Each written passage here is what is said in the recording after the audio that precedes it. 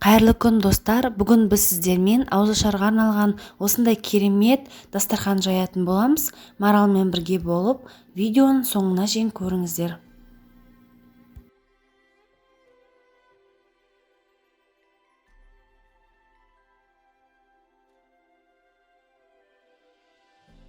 Ең алдымен синнабон булочкасын дайындайтын боламыз. Ол үшін бізге осы экрандағы заттар қажет болады. Ыдысымызға сүттен құямыз. Тұз, құмшекер, дрожь салып, венчикпен араластырамыз. 2 қасық ұн саламыз. Жақсылап араластырып, апара жасап аламыз. Бетін пищевой пленкамен жабамыз және жылы жерге көтерілгенше қоямыз. Менде 20 минут уақыт өтті. Осылай қалпақша болып көтерілді. Енді оған ерітілген сары майымызды құйып араластырамыз және жұмыртқамызды саламыз. Оны да араластырамыз.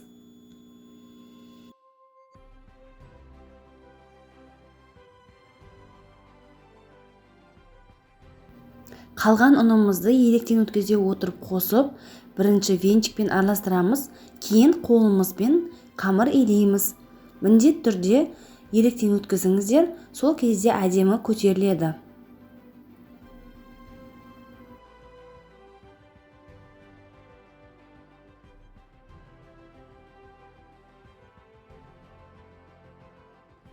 Қамырымыз осылайша жұмсақ болып иленді, бірақ қолға жабыспайды. Енді оның бетін пищевой пленкамен жауып, жылы жерге көтерілгенше қойып қоямыз.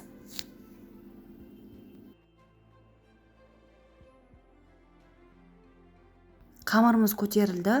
Осындай болып көтерілу қажет. Қолымызбен қамырды қайтарамыз.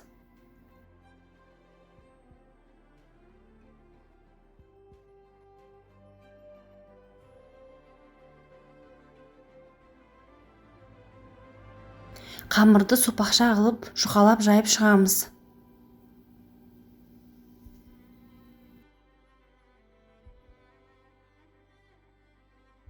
Жұқалап жайылған қамырдың үстінен бөлме температурасындағы сары майды бір тегіс қылып жағып шығамыз.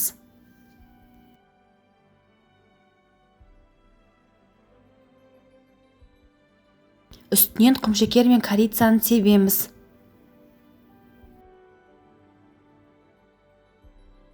Барлығын нығыздап ораймыз.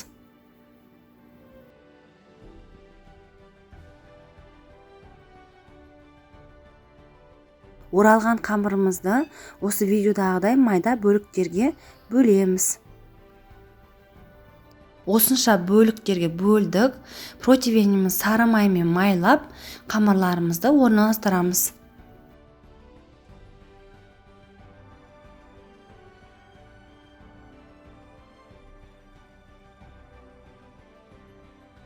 Булочкаларымыздың бетін пищевой пленкамен жауып, көтерілгенше жылы жерге қоямыз.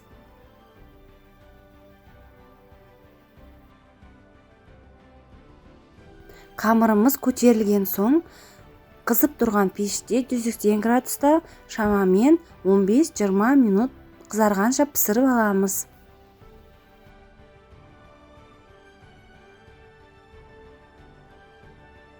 Оға дейін біз бетіне жағатын крем дайындаймыз. Творожный сырымызға сахарная пудраны салып араластырамыз. Сонан соң сливкиден құйып, барлығын жақсылап араластырамыз.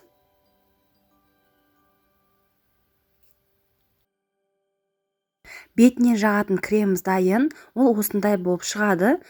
Біртекті әдем масса. Булочкаларымыз да дайын болып шықты. Бетіне ыстық күйінде осы кремнен жағып шығамыз.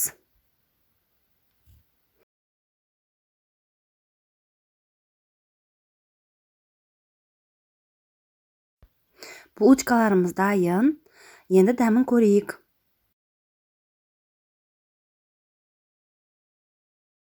Өте оңай кесіледі, жұмсақ, үлпілдек, дәмді болып шықты. Егер сіздерге де ұнаса, міндетті түрде жасап көріңіздер. Келесі ішек қарыннан дайындалған өте дәмді ыстық тағам дайындаймыз. Ол үшін тапамызға майымызды құйып қыздырамыз. Ұсақтап туралған пиязымызды салып, қызарғанша қуырамыз. Алдын ала суда 2-3 сағат қайнатылған ішек қарынымызды ұзынша қылып турап, салып қуырамыз.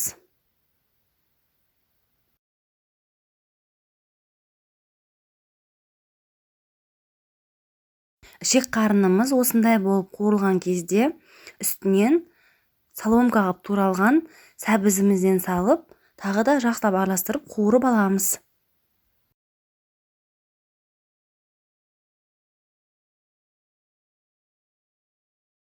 4-5 минут қуырылған соң сарымсағымыз үкіштен өткізіп саламыз. Және де өзіміздің қалауымыз бойынша кез келген приправамызды салып, араластырып, жарты сағатқа оттың астын жай қойып бұқтырып қоямыз. Дайын болған ыстық тағамымызға соядан қосамыз және ұсақтап туралған аскөкімізді салып, барлығын жақсылап араластырамыз. Осымен ыстық тағамымыз дайын. Келесі осындай жеңіл салат түрін дайындайтын боламыз. Сәбізімізді марковчаға арналған үкіштен өткіземіз. Чим-чим приправасынан 4-5 қасық саламыз. Және осындай тұздан аздап қосамыз.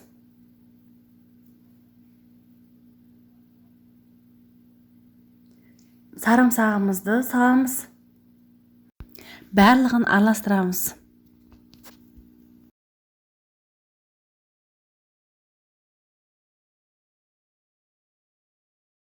Қызанағымызды дәл видеодағыдай ұзынша қылып турап аламыз.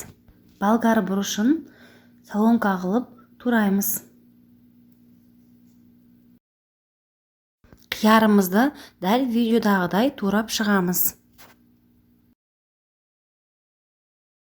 Барлығын бір ыдысқа салып, қызыл тәтті паприкадан саламыз және соядан аздап құйып, аскөкті ұсақтап турап салып араластырамыз.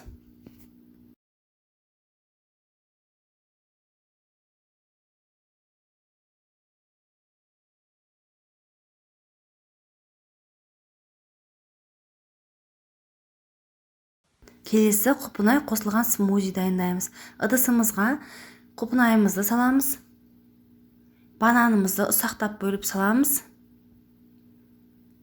Және дәнегі алынған құрмадан саламыз. Құрманы сіздер балға алмастырсаңыздар болады. Соңынан сүтті құямыз. Барлығын блендердің көмегімен езіп араластырамыз. Дайын болған смузиімізді ыдыстарға құйып шығамыз.